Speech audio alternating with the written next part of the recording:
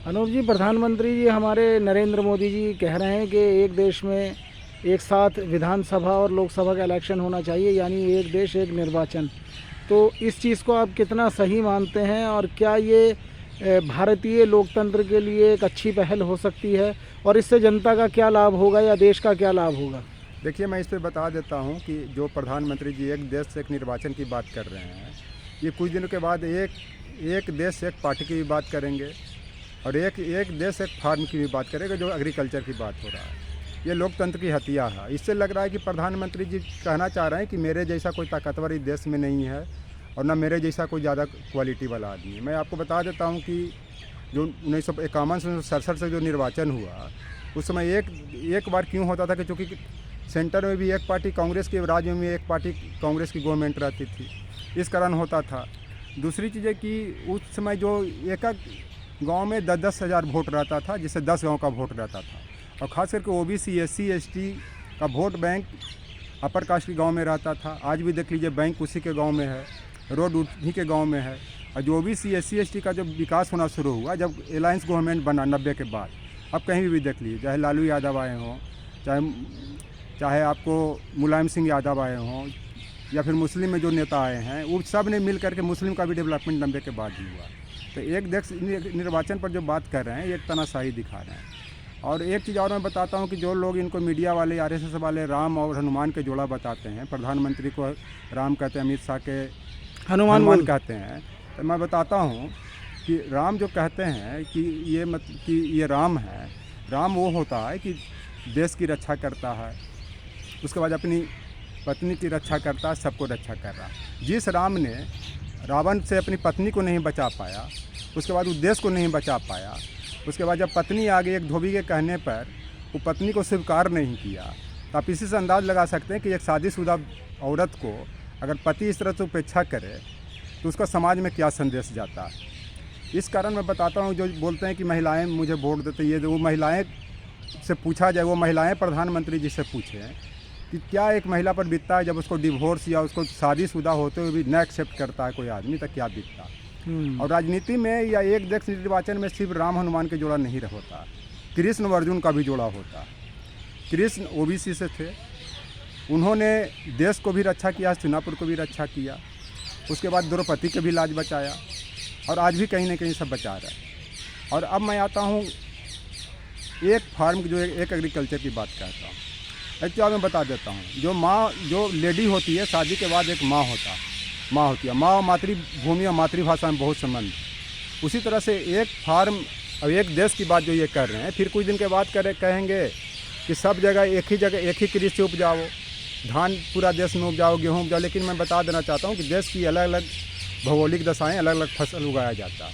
ये जो अभी जो ये बिल लाए हैं, 3 बिल अमेरिका के तर्ज पे लाए हैं। अमेरिका के जो किसान हैं कि खेती छोड़ने पर आमादा हो गया, उसी तरह से भारत में भी ये जो चाह रहे हैं कि इस तरह से करेंगे।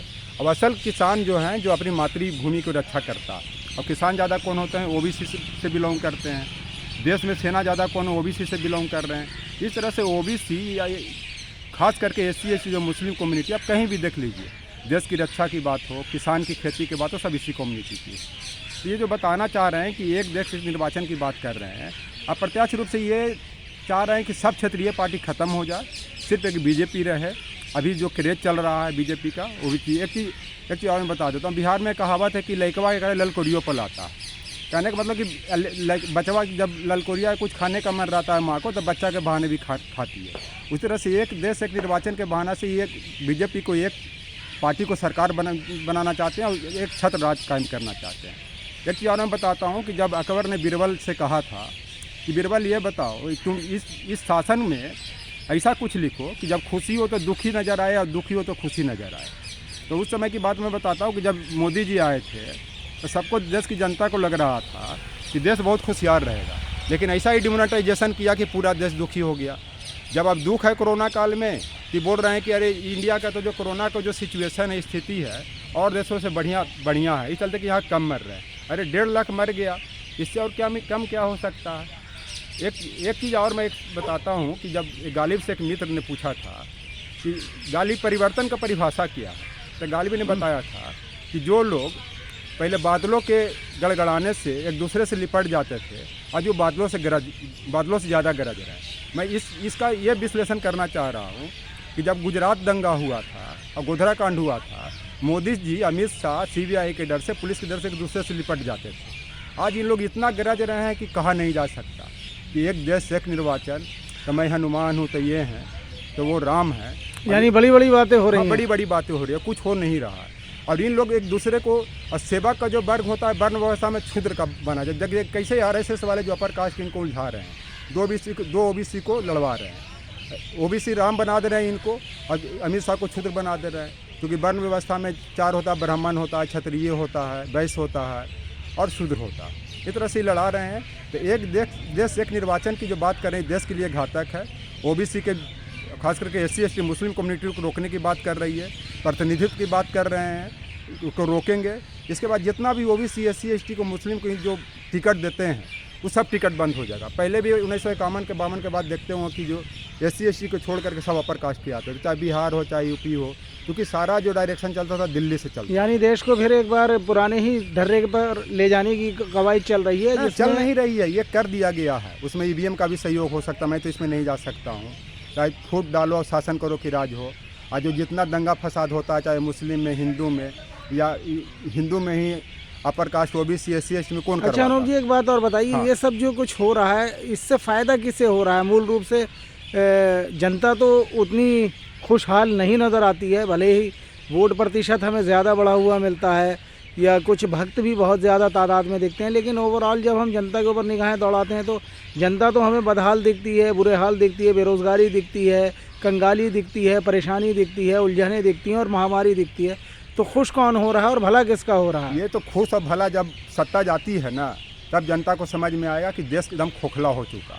कितना अरबों डॉलर जो कर्ज लिया जा चुका है, और सिर्फ गाय के पॉलिटिक्स पर, एक देश एक निर्वाचन की पॉलिटिक्स पर, हिंदूवाद की पॉलिटिक्स पर, फिर लव जिहाद का जो कानून के पॉलिटिक्स पर, वो समझ में आएगा। ये सब जरूरी है, मैं कर रहा हूँ, लेकिन जनता को पहले रोटी चाहिए।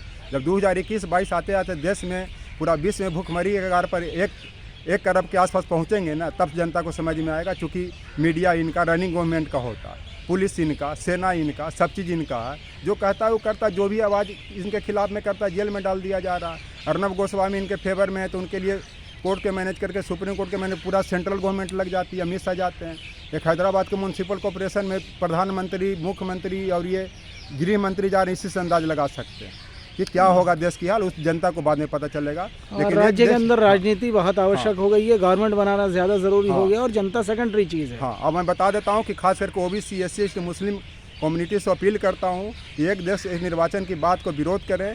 इनका जो भी डेवलपमेंट हुआ है 90 के बाद हुआ, जब अलायंस गवर्नमेंट बनने लगी और जब क्षेत्रीय पार्टी उभर रही है, और ये मुख्य रूप से क्षेत्रीय मुद्दों को दबाना चाहते हैं, और जो नेशनल मुद्दा के मार्फत से ये करना चाहते हैं। अगर इस देश को अमेरिका बनाना तो पहले प्रधानमंत्री जी और जो भी गवर्नमेंट में सब अमेरिकन बनिए। वहाँ एक एक चीज़ प्रदर्शिता होता है, खुलापन होता है, कितना चंदा है, ये हुआ इलेक्शन बॉन्ड के नाम पर, ये नाम पर पैसा इन लोग के पास कहाँ से आता है? अडानी का 232% कैसे बढ़ गया, और लोगों का कैसे इनको जो फेवर में बन गया?